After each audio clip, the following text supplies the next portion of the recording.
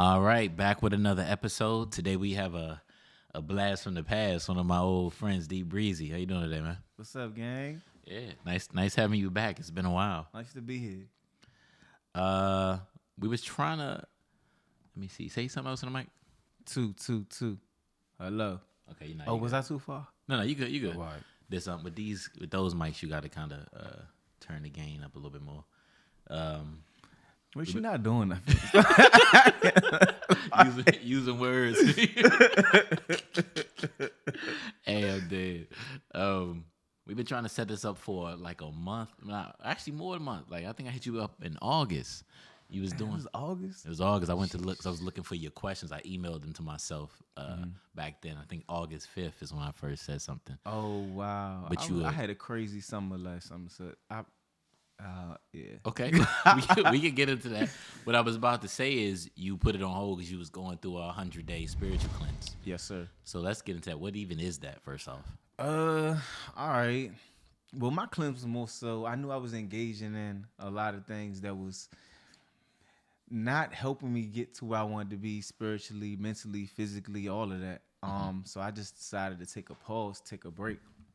Okay. And like a lot of people, they cleanse from foods and things. That's like usually the normal cleanse or like fasting and things like that. But I just needed a cleanse from everything. It just seemed like I just couldn't get right spiritually. Like I do tarot and I do readings and things of that nature, but I just wasn't even connecting to that anymore. So I had stopped all my readings. I had stopped doing a lot of things that I did.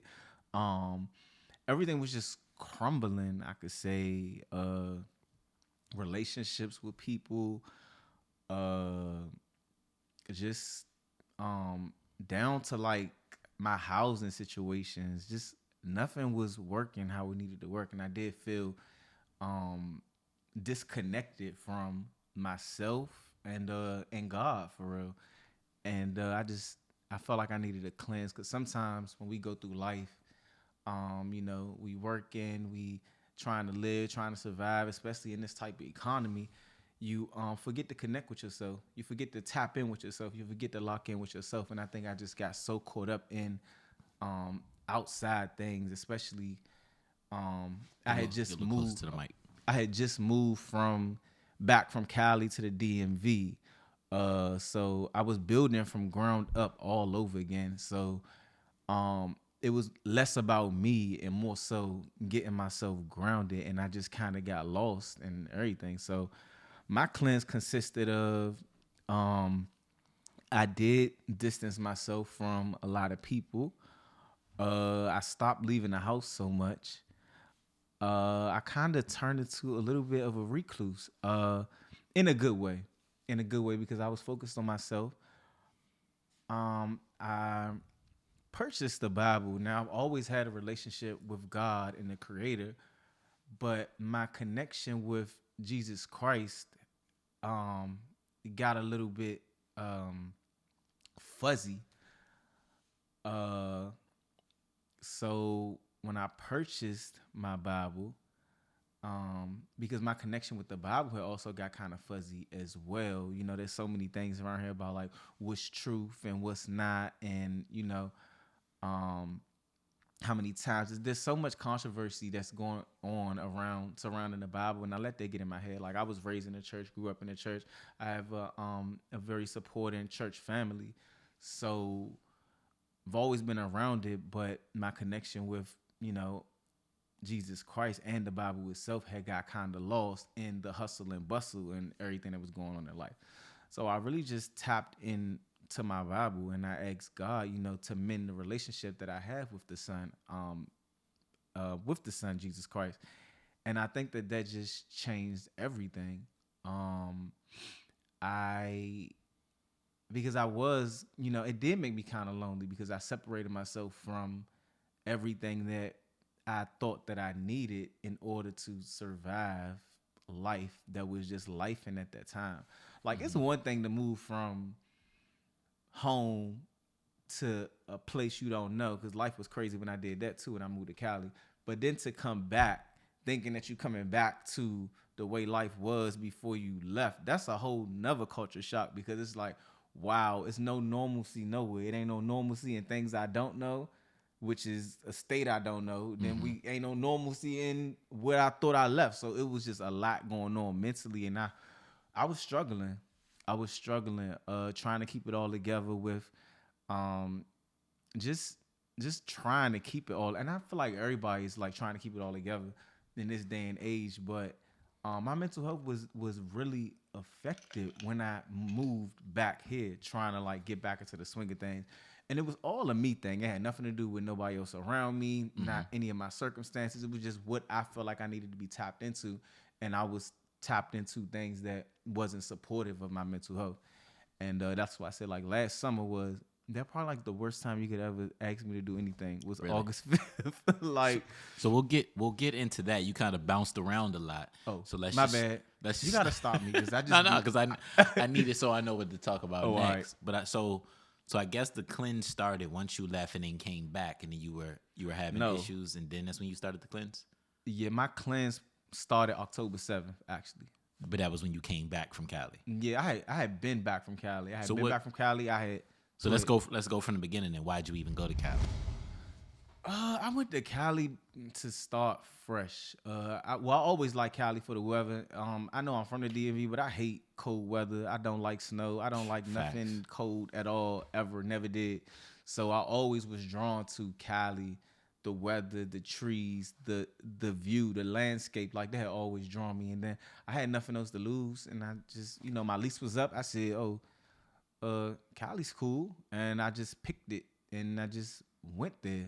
And Cali was a great experience. It was a good time for me to learn about myself.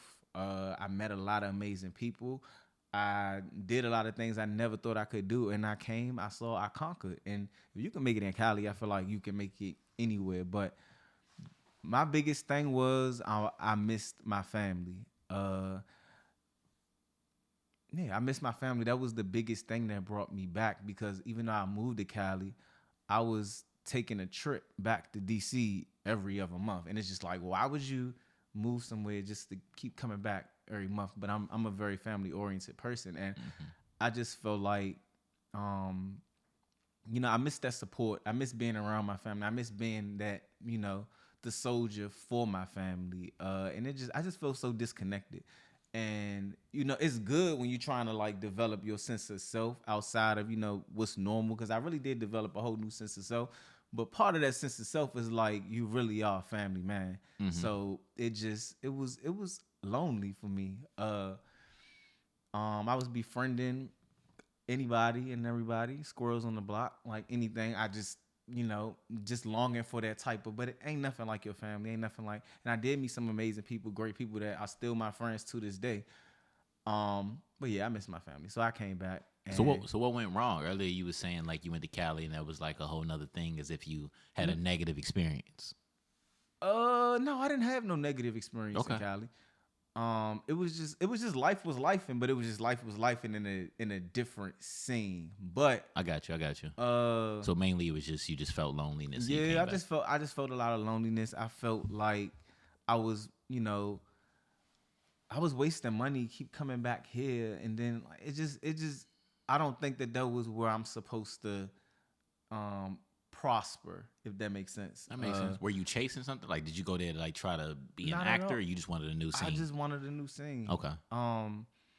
And yeah, not nothing specifically. I just, I thought that was good, but it'd be a great place for me to visit often. Maybe I can get like another home out there. But these are my roots, and I'm just, some people are like that. I feel that. I'm the same way. I'm a home. I'm a homebody. I'm a homebody. Even I like being in a house, but a house where I can go see my mother, like, in a couple hours I'll be there. Or, that's not like I'm about to get on a 5-hour flight and come out there, and then it just was too much. I'm not a travel guy. Like, just please, just leave me alone. Oh, I get it. Okay, so you come back, things weren't how you expected, and then, I mean, well, okay, Cali was a lot, honestly. Life was lifing, and not only that, everything is super expensive. And I made it happen. I did what I had to do, but it's just like at the cost of what? like what I had to have a real talk with myself. Like, all right, what are you gaining out here that you're not? I was like, well, the weather. That's probably the only thing that'll bring me back. It's like the weather, but like I said, it was a great experience. I feel like that was like a story for me, and it built me into the person that I am today.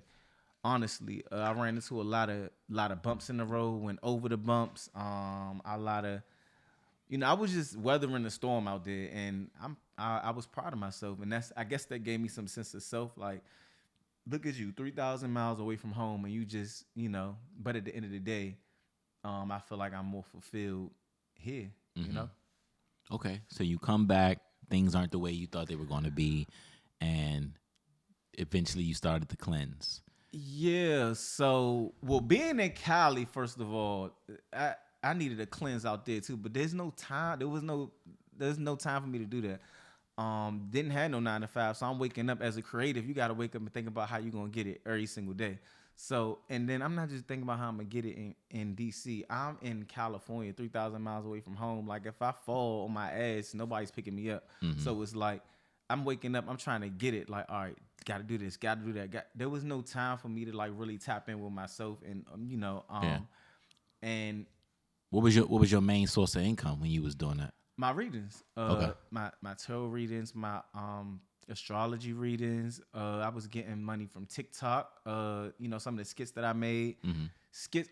It was all online money, but you have to show up a certain way online. You have to, and somewhere down the line in Cali, it was more so about surviving and not, like I was it was more so about surviving and living and being comfortable rather than being one of God's soldiers and helping people out. You Mm-hmm. know what I'm I saying? get Like it. that's what I got in it for. I love astrology. I love the planets. I love helping people. I love tapping in. I like reading people's auras. Like, that is something that I like to do. I like helping people.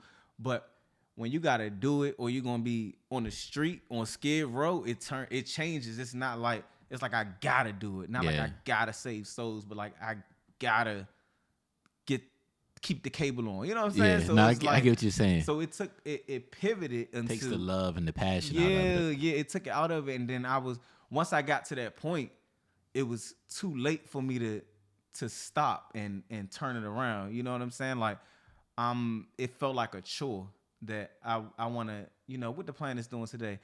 It wasn't like a thing that I did in my leisure. It was something that, and I just, I have no discipline as a person. I never will. That's just who I am. So it's like, Mm-hmm. I just was aggravated that um I had to I had to do something that I once loved to do. You know what I'm saying? And for the first time in like years, when I was in Cali, I got a job because I was trying to build that love that I had back for something that I lost. But I'm not a 9 to 5 type of guy. So, that was the issue. And it was just me just trying to keep up. Was I didn't even realize it at the time. Like, at the time when you in it, you just in it, and you don't even realize that you're losing pieces of yourself. Mm-hmm. I didn't realize that because I just felt like, as long as I'm got somewhere to sleep, I got food in my stomach, and I can go party on the weekends, like, I'm straight. But really, I didn't even realize how much of the me I was losing, because I wasn't having that I wasn't meditating. I had stopped meditating. I had stopped doing things that made me feel at peace. And I didn't even realize that I was losing me, but I really was losing me in Cali. But I didn't know that until I got back home. But in Cali, I had started drinking heavy as well. And I've always been a heavy drinker for years, probably about since I want to say 21. Since I could buy my own liquor, I've been drinking heavily, just a lot at a time. And it never really, well, when I first started, I was drinking for fun. Everything was fun. I would always get more drunk than everybody around me. But I guess at 21, 22, 23, it's I won't say it's cool, but it's more acceptable. Young and turn, okay, get lit, yada yada. But In Cali, I wasn't drinking to have fun no more. I was drinking to cope. I was drinking to fill a void. I was drinking because I was happy. I was drinking because I was sad. I was drinking. I just was drinking all the time in Cali, like especially because I was so proud of myself. I was drinking because I was proud of myself. Like we celebrating with it. I had a bad day. I feel any type of thing, anything that took me off of my uh baseline comfortability. It's like it was a time for me to drink. So I knew I had a problem before I went to Cali, but it's like in Cali it just got super bad. And that's one of the reasons why I had to get a 9 to 5, because I couldn't even be creative because I was always drunk. Couldn't do what I needed to do because I was always hungover. So, when you go to work, you got a schedule. You go there, you do what you got to do, then you gone. But I was coming to work drunk. I was drinking at work. I lost my first job in Cali Because you was drunk. because okay. I'm trying to think. I want to hear the story if that's the case. You always more drunk than you know that you're drunk. So, I think I had, so it was a fast food place, and I think it was like, what, a 15 minute walk from my house in Cali. Okay. It's early What was enough. the place? In and out? What was the place? I can't tell you. Okay, we're gonna go to me detail. Fast food place. 15 minutes away. It was so I think I was still drunk from the night before, but I woke up. I needed a little day cap just to get the days. Like it got so bad, like I was drinking just to starting my day. Just to start my day. And it's crazy to not know. I knew I had a problem, but I didn't think it was something that needed immediate, attention. Mm-hmm. So I'm walking to work and past like 2 liquor stores on my way to work. Go to work, had me a little shot, and I'm good for the day. But this one particular day, I think I was just more drunk than I should have been, and I was at the register. I was the cashier at the register, and one of the managers pulled me to the back. She was like, "Have you been drinking today?" I said, "No, why?" She said, "Well, you're talking to the customers more than usual." And I'm like, ain't that what y'all want me to do? So, mind you, when you drunk, you just my emotions was probably, because I was like, ain't that what, like, I just really, like, I blew the whole situation out of proportion. Like, it was just a lot going on. And she's like, "Well, would it," something, I can't remember what her words were. I can't remember the day, honestly. But she was like, she asked me, could they test me for alcohol? And I just acted like I was so outraged and flabbergasted. I was like, "What?" And it was like a movie. I took my tag off, I threw it on the ground, I left out.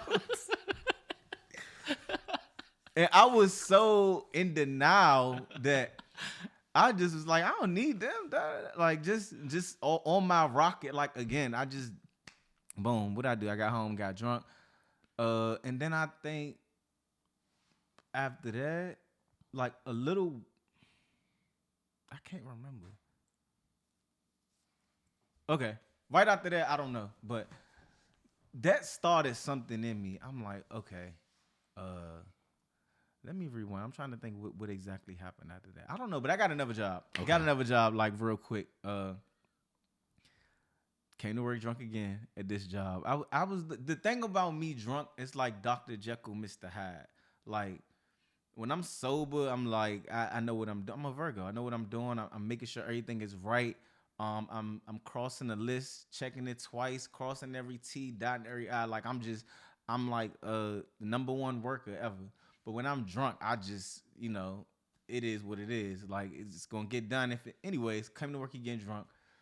On my way to work, because I lived in Burbank, California. Burbank, California, it's not a lot of people my color there. So I stuck out like a sore thumb, which was okay, because, it was okay in that area. Mm-hmm. But I'm walking down the street, and I think I'm still tipsy from the night before, like I would do, and then I would go get me a little shot before I go to work. Walking to work, police officer stopped me on the way to work. Mind you, I'm walking. So the police officer uh, was under the impression that I was under the influence.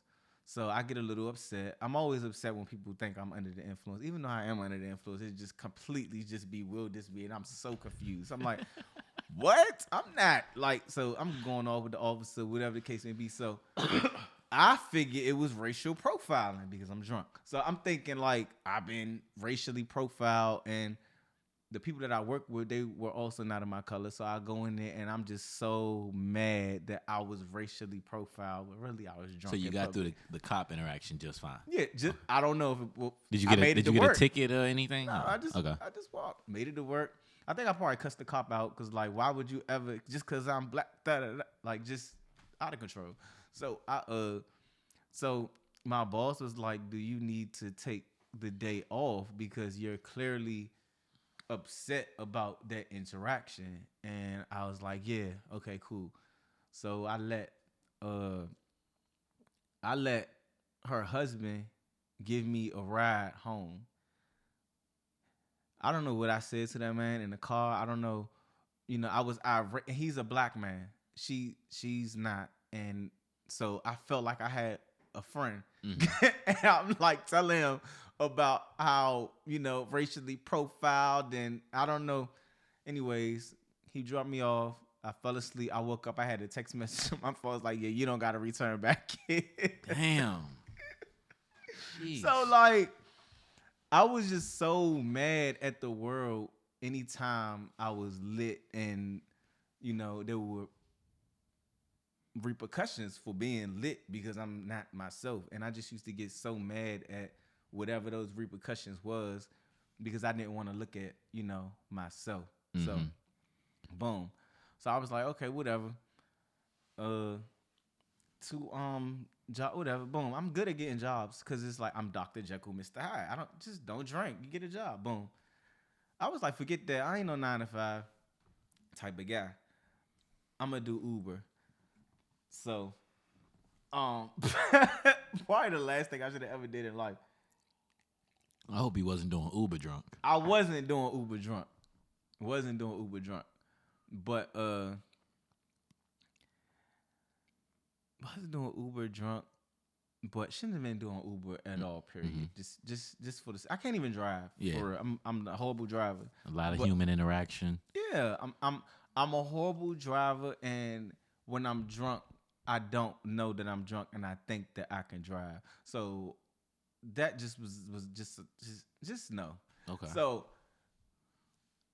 my sources of income were dwindling, and I thought it was because that's just how life is right now. But I was still refusing to recognize that this is a problem that I have to deal with, if that makes sense. That makes perfect sense. So I had like disappeared off social media. I had been disappeared off social media because it was too much for me to and I was losing my passion for what I like to do because I felt like I had to always be seen on social media in order to get my internet money. So internet money the whole internet just started to give me anxiety, and so that's what made me start trying to get these 9 to 5s because I don't have to be seen and things like that.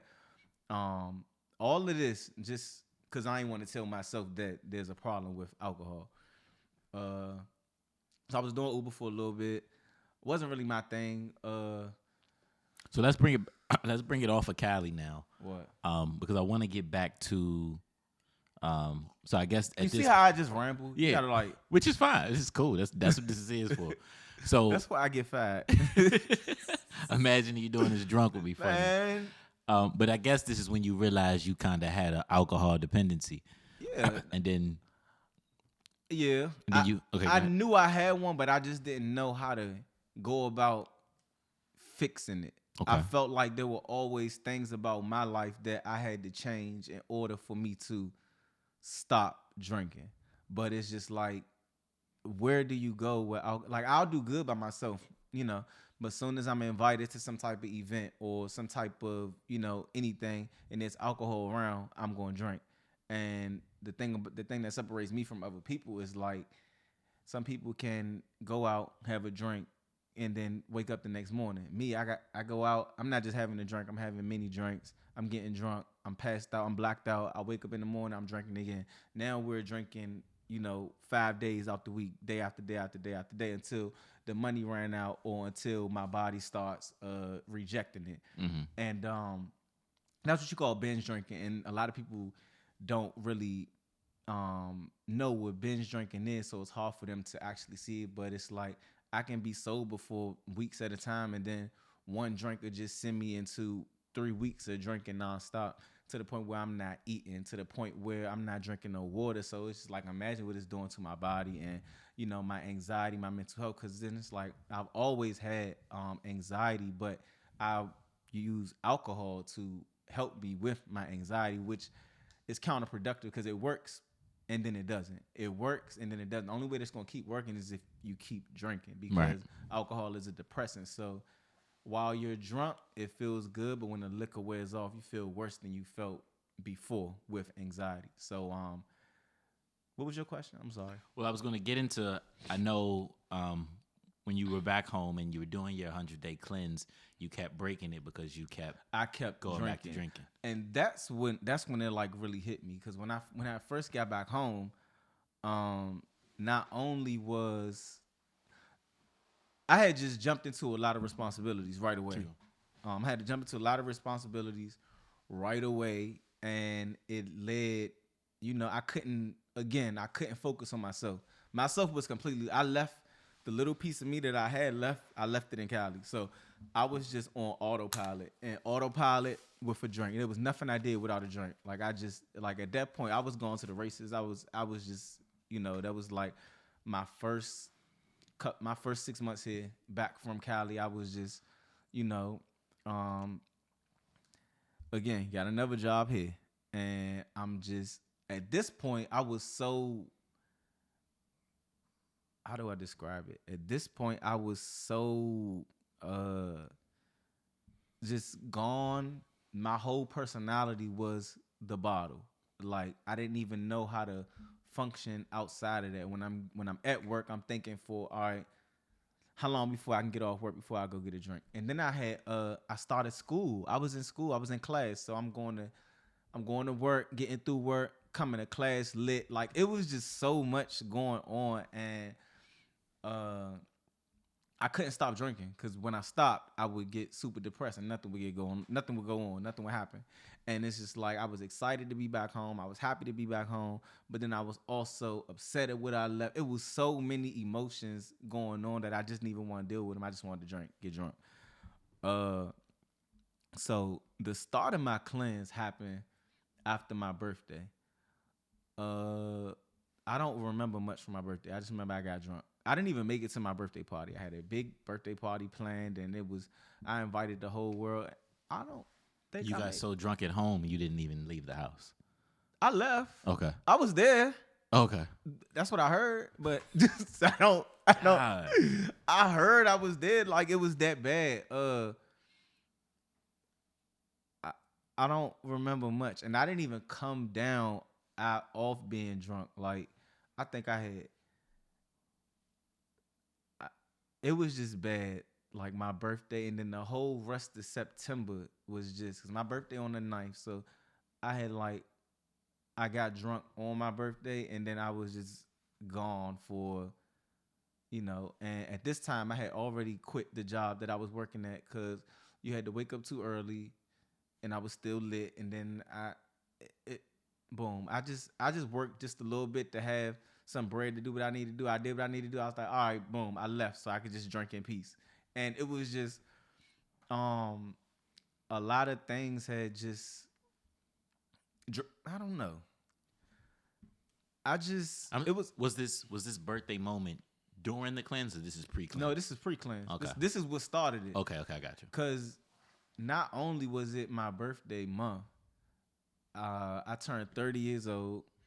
I did what I had to do once I was just so celebratory, and I was so, can't nobody tell me nothing. Like felt like I was the man. I did what I had to do, and I just had complete disregard for everything, everybody. Nobody could tell me nothing, because I felt like I was him. Like I and my confidence was just through the roof, and I just really just sabotaged everything around me, cause you really couldn't tell me nothing, because I felt like who else could move 3,000 miles away, make it happen out there, and then conquer that, and then come back home, and then I think my sister had just um had a baby, and prior to that I orchestrated her baby shower. Like I just, because I could function when it was time to function, but when it was time to get lit, it was like said Dr. Jekyll, Mr. Hyde, Mm-hmm. and I felt like I had done all these great, amazing things. So let me just go get drunk. But me getting drunk just sabotaged so many things around me.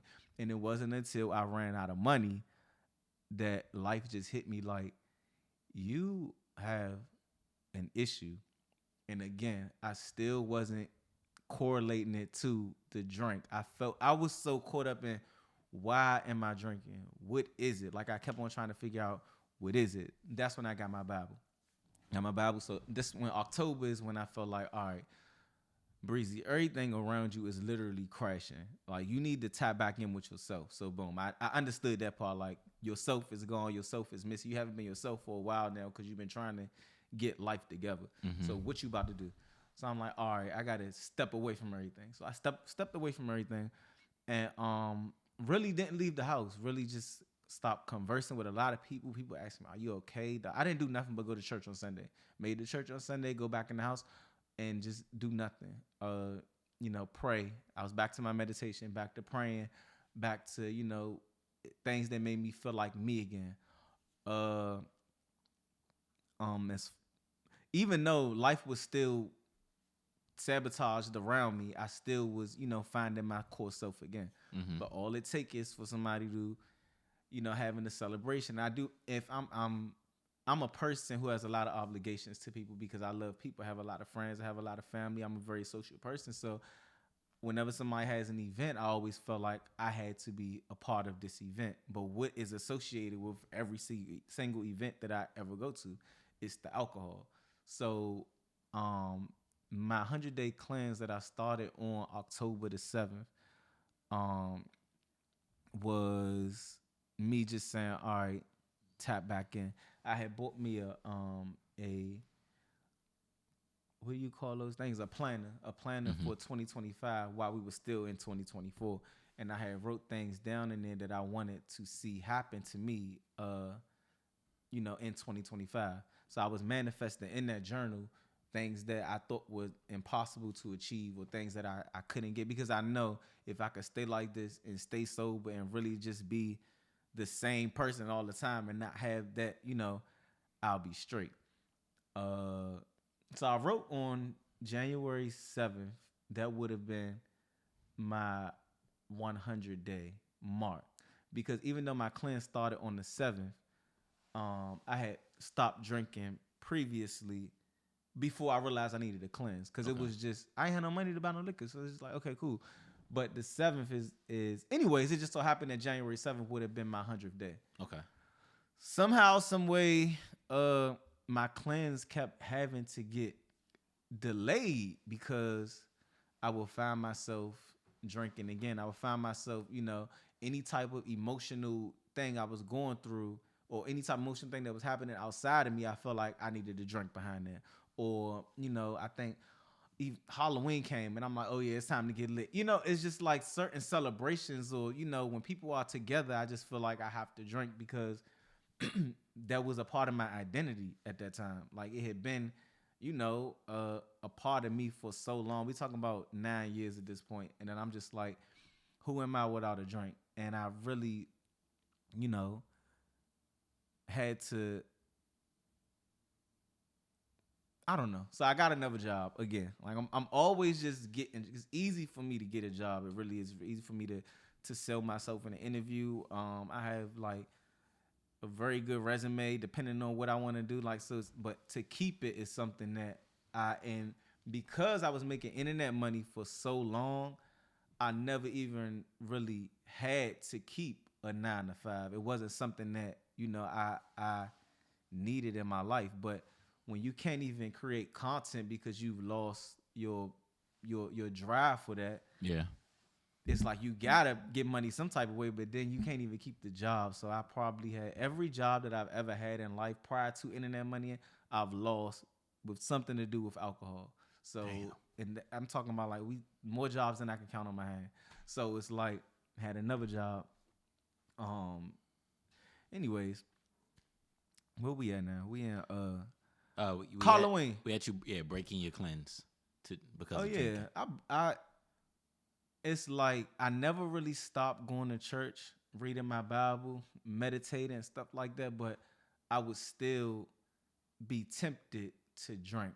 And I just remember myself kept praying, asking God, just remove the taste from my taste buds. Like stop making me long for that. Like I was really just praying so hard to get, because I at that point I knew that that was my downfall. I knew that alcohol was literally destroying everything around me, which I think I knew, but I was running away from that. But it's coming to terms with it. It was hard for me to come to terms with it because I didn't know what to do after I came to that realization. It's like, okay, I know it's ruining my life, but I can't stop. I know but what do you do when you super duper happy? And I've been drinking for every emotion I've ever had. I'm super happy. I want to drink. I'm super sad. I want to drink.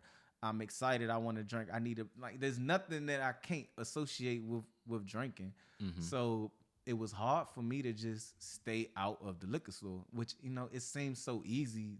Just don't go to the liquor store, but it's easier said than done, especially for somebody with an alcohol addiction. Mm-hmm. So I really had to come to terms with the fact that even though I didn't really believe that I had an addiction, I just had to tell myself that so I can figure out what's the next step. And how did you actually get to the point where you can call it? It just took you understanding that all of these failures were because of it.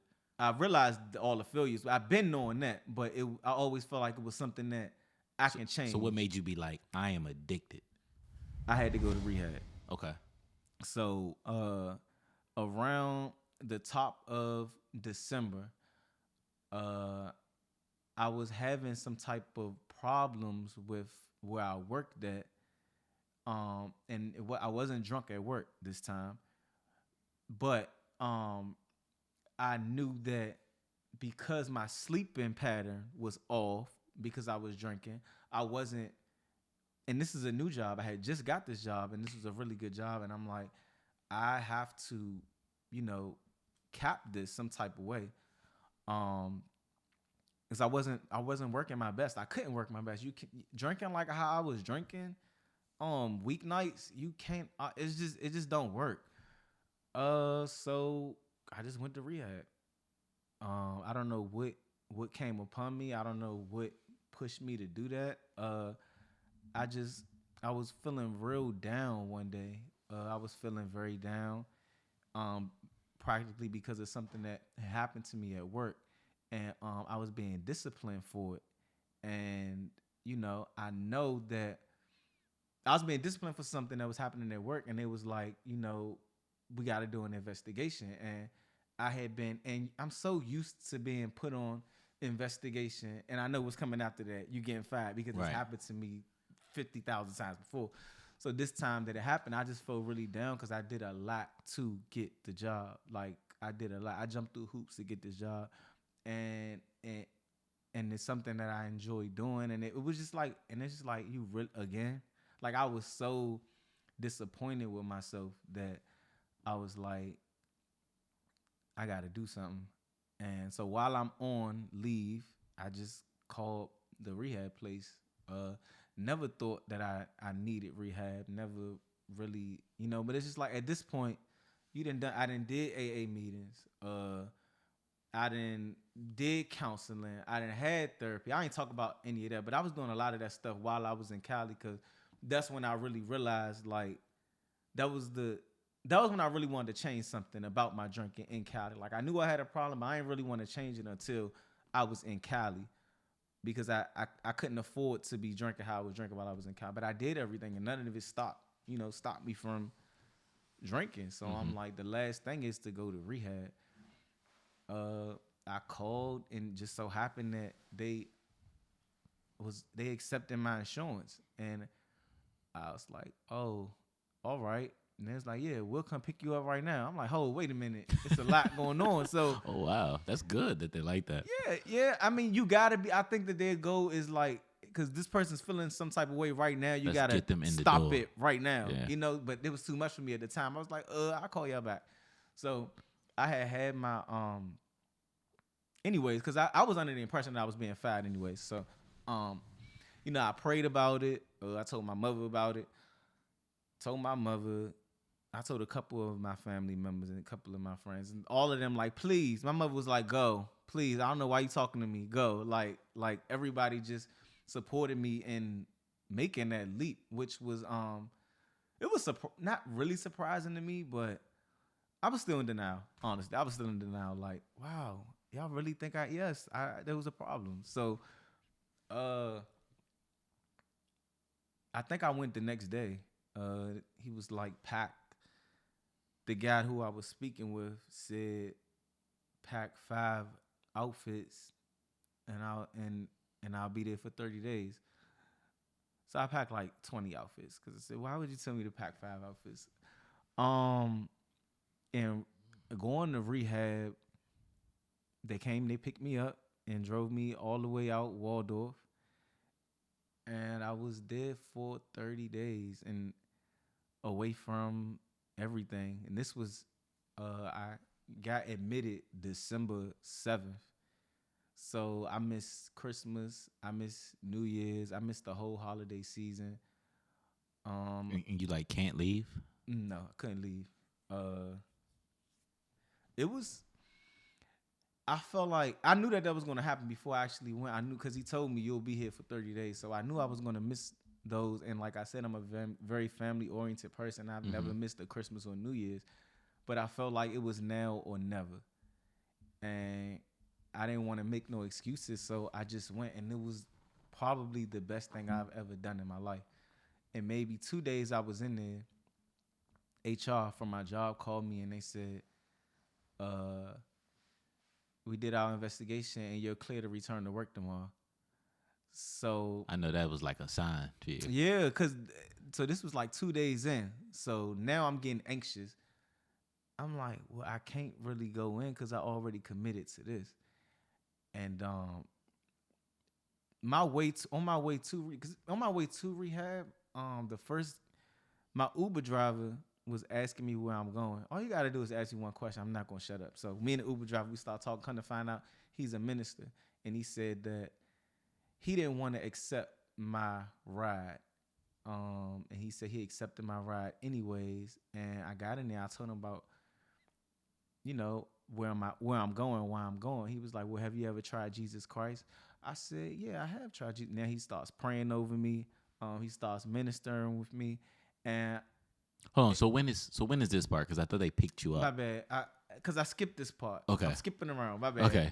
But like this is me actually going to the place, leaving my house with my suitcase and getting in the Uber drive. So they didn't pick you up. No, the rehab Uber. place. They called me the Uber. Oh, okay. The Got place you, calls me the Uber. Got you. So I'm in the Uber, and now this man's ministering to me, and I just felt like that was confirmation. It was confirmation that all right, maybe that this is somewhere that I needed to go. So my prayers that I thought were going unanswered were actually getting answered, just not in the way that I wanted it to get answered. Because I don't know what compelled me to call rehab. I don't know. I can't even remember what I got in trouble for at work. I have no idea. They kept on saying the incident. I don't even know what the incident was. Couldn't even tell them. So it was just confirmation that I'm supposed to be here right now because I was very nervous. I was very nervous about going. I didn't know what to expect. I knew that I haven't been away from my phone for 30 days ever since I had a phone. I can't even remember that. Just to be away from everything during the holidays, it was just a very traumatic time before I got there. I got there and I just started writing in my journal about me in rehab. I can't believe that I'm here. This is like my first night there. They took all my clothes. They took everything that I came in there with my suitcase. So now I'm just like stripped of everything. And I'm just in a room, me and my roommate, and somebody I never met a day in my life. Don't really want to meet. Don't even like sharing the space with anybody. Don't like doing that. I'm just don't have nothing but me and the TV and my Bible. And that was when the real cleanse started because there's no distractions. It was just me versus me. And they let me use my laptop in the evenings to go to my class because I was in class. So they let me go over Zoom. So that's when I got to my laptop and I realized that my work, they're clearing me to come back to work the following day. But I had already had so much life changing stuff happen to me while I was in rehab just for those 2 days. I really didn't want to leave. So I went to talk to my therapist who was actually in the rehab center and they said, okay, we'll just write you a letter and you can go home tomorrow. But I didn't want to go. I felt like that was part of the plan for me to be there. So I wrote my job back and I told them, you know, ever since that happened, I've had a health scare and I'm in the hospital because and I was in the hospital. I was a Right. patient at the hospital. So Right. I said, I'm in the hospital. Didn't really get into details, but I'm like, you know, my discharge date is on January 7th. They said, okay. So it was just like, um, everything was just confirmation that I needed to be there. The nurse that I first met when I was there, she saw my Bible and then she starts preaching to me in while I'm in rehab in my room. And I'm like, okay, even more confirmation. There's so many things that was happening to me that I wrote inside of my journal that I lost like 2 weeks ago. But it was just so many things that was happening to me that was proving to me that I needed to be there. There's something about just having you versus you for 30 days um, that I just wish I would have went sooner. Uh, I was doing so much praying.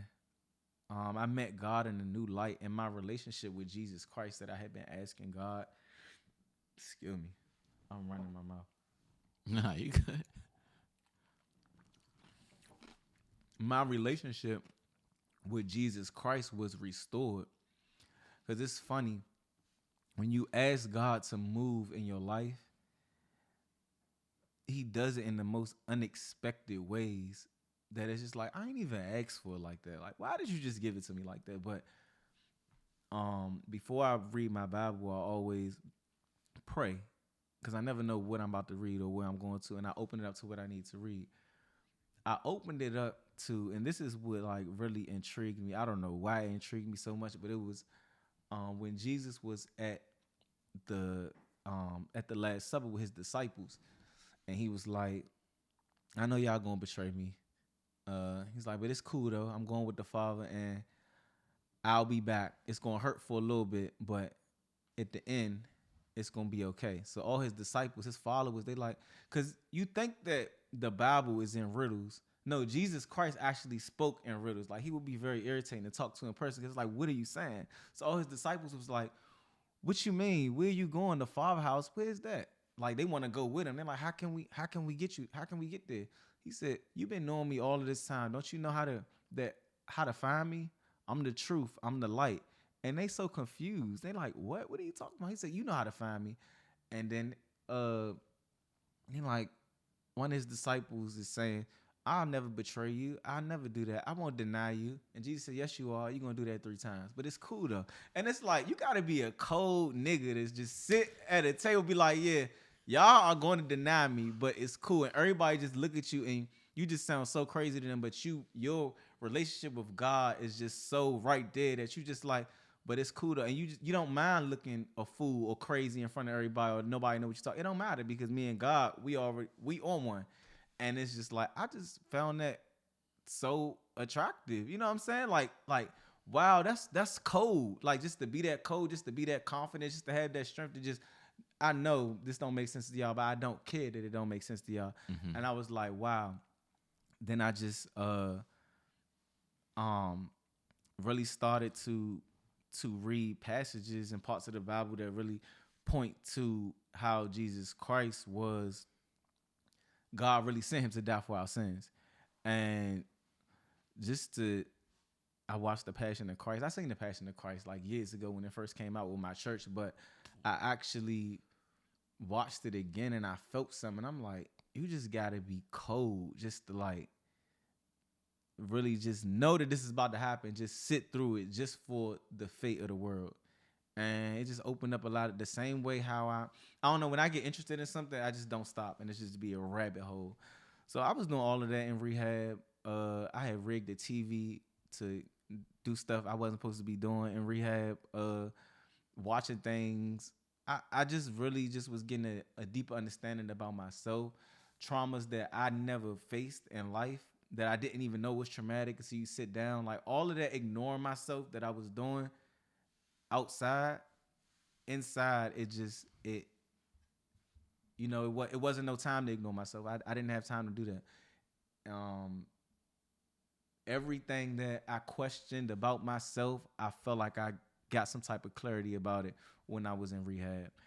I spent Christmas and New Year's with strangers, but strangers that I'll remember for the rest of my life. I made bonds with people that I would never ever cross paths with outside of rehab, because everybody's there for one reason. So you got old people, young people, black people, white people, all different types of demographics in one place because we all shared one common thing. And I realized that I had to understand my relationship with alcohol. And everybody doesn't have this type of relationship with alcohol. It is a disease. Alcoholism is a disease. That's why I can't have one drink like everybody else and just be cool. I can't. The problem is they always say in rehab, one is not enough. And I'm sorry. One is too many and 1,000 is not enough. Meaning that we got to stop before we even get to that one, because my brain is not composed like everybody else's brain. There's something inside of here that just doesn't click about one drink. And you get that one, it ain't stopping. Yeah, that's it. So once I figured that part out, that's when it made everything a little bit clearer. So now it's easier for me to focus, not saying I shouldn't drink so much. It's I shouldn't drink at all. Like, because it's never going to be, all right, I'm going to just have one drink. That's impossible. I've lied to myself for years saying that could be the thing. So once I realized, like, that's not going to happen, that there's some type of misfunction within myself that is not going to allow for that to happen, and you start looking at something, looking outside of something, like this is something that's outside of my control. Yeah. You look at a disease and now you can respect it. Because people with cancer, they don't say, "Oh, I'm not going to chemo." They can't afford not to go to chemo. Yeah. People with terminal diseases, they can't just say, "Oh, I'm not taking my medicine." You can't go without taking your medicine because you have to tend to your disease, like disease alcoholism, like anybody would tend to any disease. So making it so understanding that it's an actual disease, it keeps you from feeling like weak about it.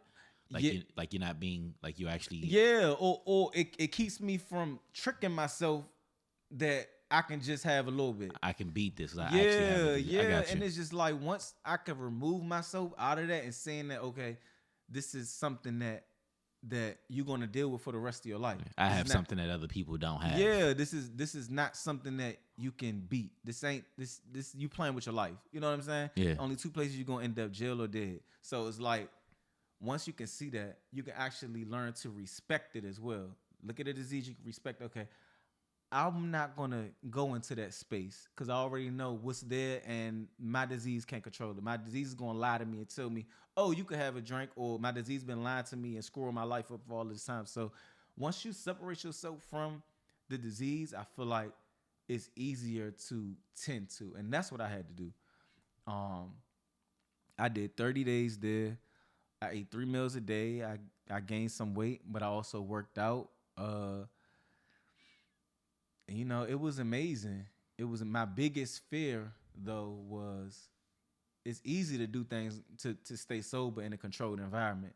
It's easy to stay sober when you don't have all them triggers around you. So my biggest fear was leaving there, and my day leaving was January 7th, which is supposed to be the end of my 100-day cleanse, anyways. So I think that's the day I wrote you too. Cause Probably. yeah, It's because I January. had it on my calendar like that was gonna be that's Yeah. the same thing that I manifested in my journal months ago And it in that lined up with planet, your and it discharge lined up date. with exactly. So just more confirmation. Like nothing was ever since I was in the Uber ride to rehab.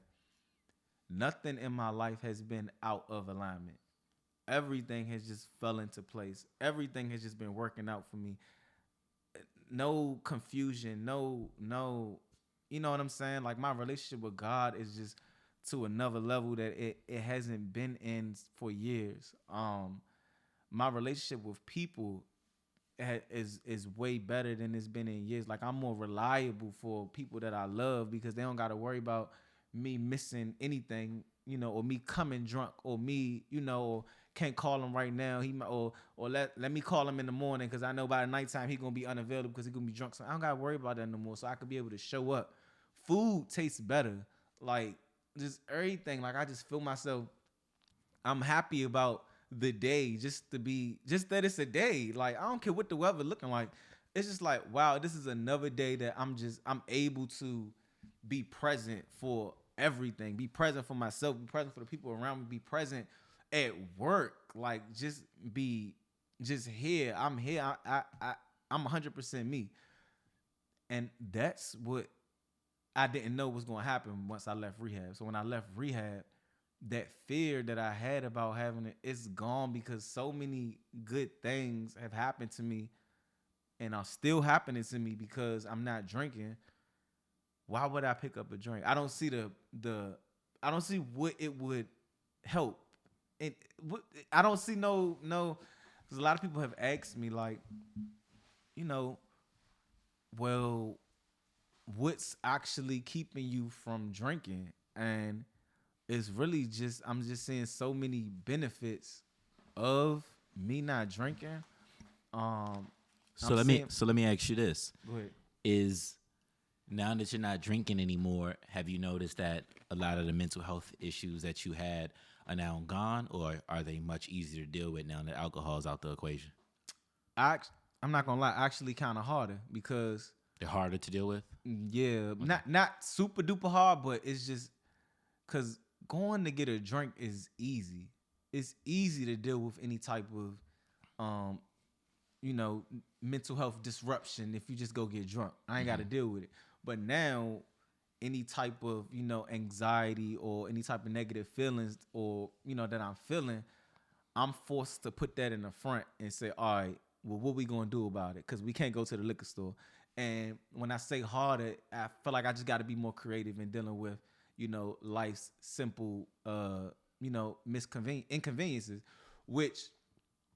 which probably I can say being an alcoholic for so long did uh is a E word, EXC excavate did make those mental health issues more prominent now than they were initially. Exaggerated. Yeah, exaggerate than they were initially, but you know, it is what it is. That's something that I did to myself. That's something that I have to work through. Yeah. You know, But so now I that you're not running away from them with alcohol, you actually yeah, fixing the issues I you have. gotta face all of them, which are not that big once you actually look at it and say, all right, what we gonna deal with that? I mean, what we gonna do with that? How we gonna deal with this? Is this that deep? It is kind of deep. All right, well, let's do some things to cope with this. Not just I ain't dealing with that. I'm about to go get a drink. Like Yeah. that's the easy part. So now I feel like I'm pouring more into myself. So I work out a lot now. So I'm always in the gym because I feel like that when I'm tired, when I'm all worked out, I really just lose it for a lot of other things, and that's good because sometimes I don't need to be worried about everything all the time. That's anxiety. I'm in a constant worry about things that don't even deserve that much attention. That's me. It's easy to get an uproar inside of me. That's something that I'm gonna have to deal with for the rest of my life. But drinking is not something that's gonna, you know, help that. Yeah. So and again, I give a lot of my problems to God now, like a lot of them, all of them. Like Yeah. it's just, and I feel like even you know having general anxiety disorder, um, can lead to social anxiety disorder. But now I just picture myself, whatever room that I walk in, I'm never alone. You know, I'm always being guided because I've been guided since I walked into the rehab place. I've been guided my whole life. God has never left. It's just sometimes you leave God or sometimes you leave Jesus Christ, and it's just like I walk into rooms knowing that I'm not alone, and that just knocks out so much anxiety that I would have had previous. That would have made me feel like, let me go ahead and get a drink before I step to this function. Let me just go ahead and do this before I, you know what I'm saying? Liquid courage is so fake. Um, but having courage that was given to you through the source, through the creator, is something way different that liquor could never actually, give. And I think that, That's solid. me, um, I've been given a new sense of life. For example, if I had a friend that was having a birthday party, previously I'd be like, oh yeah, we about to get lit. We gonna turn up. Like, I'm going to the party to drink. Now I'm actually going to go to a party to celebrate the life of somebody who has been beneficial to my life. And I'm just so happy to be a part of your life. I'm so happy that you're living another year. Like, I never was thinking that way. Yeah, I was kind of, but the out let's get drunk too was big on the plate. I don't have to do that no more. Yeah, I get it. I could be anywhere. There is no temptation to drink because